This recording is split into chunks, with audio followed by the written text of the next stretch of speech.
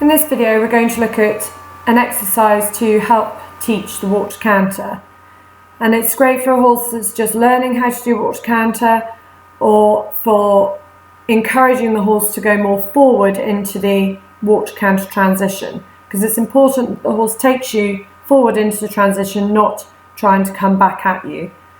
So first of all, I'm just activating the walk, so I'm making sure he's walking forward, and when I give him a little touch with the leg, he is actually responding. So I'm going to give him another little touch with the heel again, and he's got to take me forward, and you can see he's starting to jog forward, so he gets a little pat. And then all I'm going to do in this case is just ask for canter, and he came a little bit up into that transition, so therefore he wasn't thinking forward into that transition. So then we're going to start the exercise. So coming back to walk, making sure that they're taking you forward, and then I'm going to just jog, do a few jog steps into canter and count the seconds. So there, I allowed him to jog a few strides, and again he came up a little bit, so he's not thinking as forward as I'd like him to. So this time I'm going to go for a longer stride. So you can count the strides or you can count seconds, it's entirely up to you. Another thing to think about when you're doing this is making sure you're sat in the saddle, not trying to force the canter with your seat. So we're going to go 1, 2, 3, 4, and you see I did 4 strides before I asked him for the canter, and he started taking me more forward.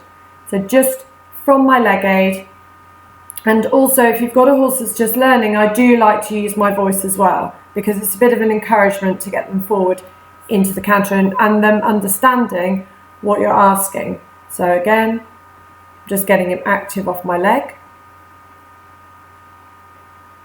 And then we're going to go for 3 strides this time.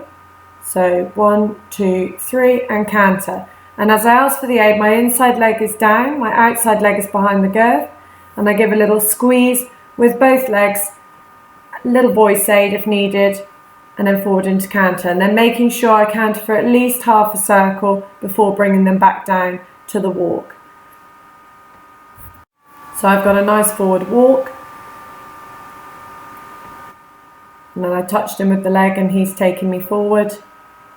And this time I'm going to ask for 4 strides before I go up into the canter. So keeping a nice connection.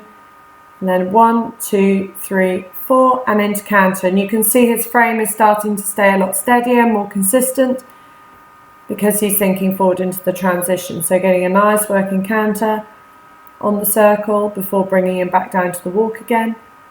And then making sure the walk's sinking forward. And there it was a little bit shorter, so it's 3 strides into the canter. And as your horse gets more confident at this, then you can make the strides less and less, or the seconds less and less. So back into the walk again, so I'm going to ask for 2 strides here, 1, 2, oh, well he was reactive to my aid, so went on the 1, so I'm just going to correct him on that. And we're going to do 2 strides, 1, 2, and canter. And he's really listening and starting to take me forward into the transition, keeping my seat in the middle, not leaning forward into the transition. So we're going to go for 2 now. 1, 2, and forward into canter. And then he gets a little reward, little pat to say he's done a good job. When I talk about the horse being reactive and activating the walk and taking me forward, when I put my leg on, he jogs, which is fine because he is doing that without a resistant in the contact. So when you feel your horse is ready, you can then start doing transitions directly from the walk.